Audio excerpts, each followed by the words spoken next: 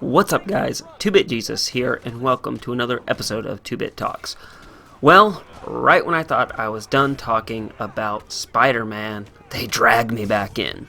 So the news hit the other day that Disney and Sony could not reach an agreement to continue Spider-Man's involvement in the MCU. Now, for people that did not know, back, I think it was it 2015, I believe, Sony and Disney had reached a deal for Sony to lease Spider-Man to the Marvel Cinematic Universe so he could be involved with those movies, and let's be honest, at that point, Spider-Man was completely dead in the water as it pertained to him being in cinema.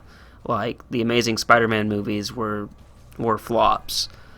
Spider-Man 3, Sam Raimi's Spider-Man 3 was a flop. I would argue the last time Sony saw success with Spider-Man movies, actual real success, would be Spider-Man and Spider-Man 2 from the Sam Raimi movies. And that's been well over, we're closing in on that being 20 years ago, that time period. Now, I don't know how this affects, I believe this is it. This affects all future movies. So I don't think we're getting a third Spider-Man movie attached to the MCU. It looks like this is like definitely it. And what happened was, I think Marvel and Disney were wanting to renegotiate the deal that they had, because I think all Marvel was getting was like 5% in profits from the movies, and Disney was wanting to get 50% of the profits, and Sony would get 50. They'd split it 50-50. Disney would finance 50% of the movies, Sony would finance 50, split it down the pot, profits 50-50, and Sony rejected that deal and then tried to renegotiate and said, hey, we'll continue the same deal we've had, and Disney said, no, we're walking away.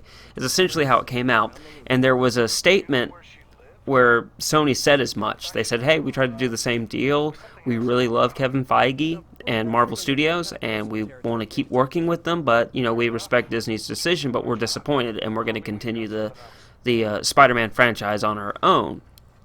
And this is something I'm torn on, because for one, in fairness, yes, Sony owns the rights to the movies. They own the character as far as using it for movies. And so Disney going, hey, yeah, we want a bigger slice of the pie now, of that. We want that, so do that with us. And so Sony is within their full rights to say no. But at the same time, Sony, you have mismanaged that character so badly that it was essentially a dead property. And I can also see it from Disney's side. It's, hey, we revived this series. We made it, like, we're the reason it's successful. Like, that movie recently made over $1 billion. So they're like, yeah, we're the reason why this property is alive and thriving again. We would like to renegotiate. We want more. We're going to invest more, but also we want more in the profits, too. So I can also see it from Sony's or Disney's end. And in all technicality, Disney ultimately owns Spider-Man. The only thing Sony owns is the character.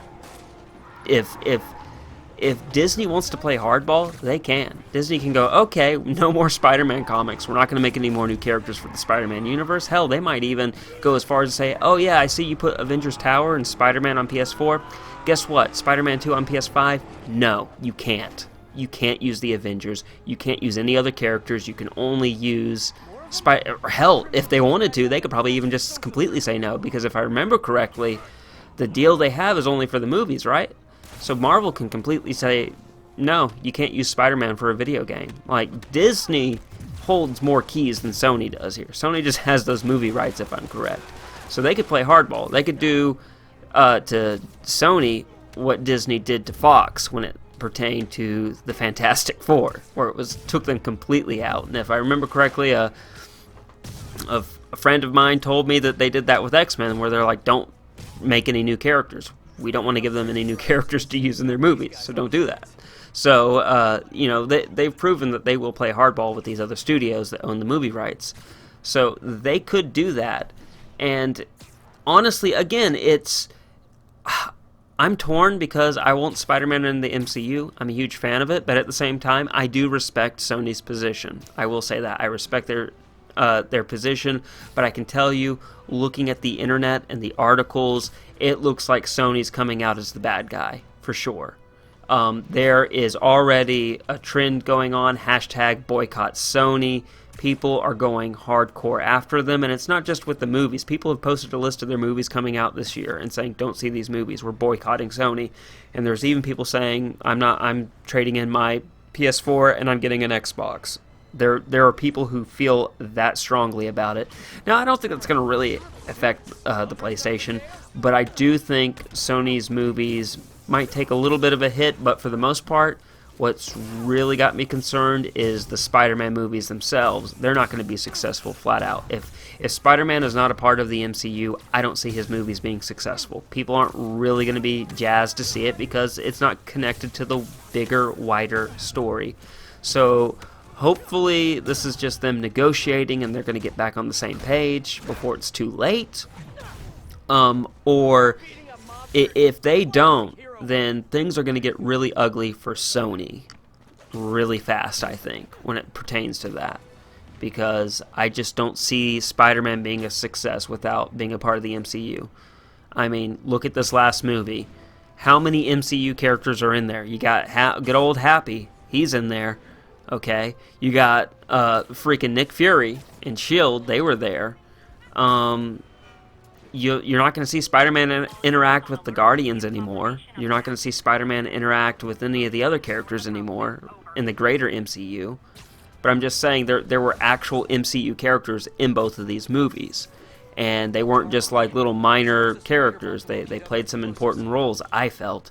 So, yeah, I do think that this is going to get really ugly for Sony really fast if they continue down this path. Ultimately, I think Disney is showing that this is Spider-Man's really ours, and we're going to get Spider-Man back, one way or the other.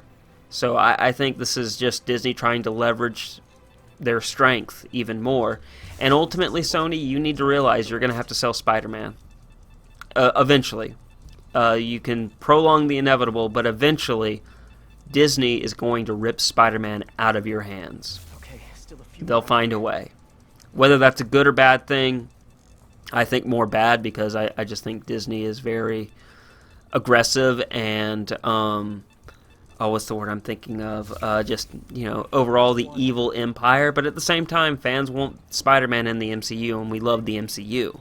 So I think look out, Sony, because Disney's after you, at least when it pertains to Spider-Man. So those are my thoughts on that. You guys leave your opinions in the comment section below. Please like, share, subscribe, all of that good stuff. I'm 2-Bit Jesus saying stay safe and play on.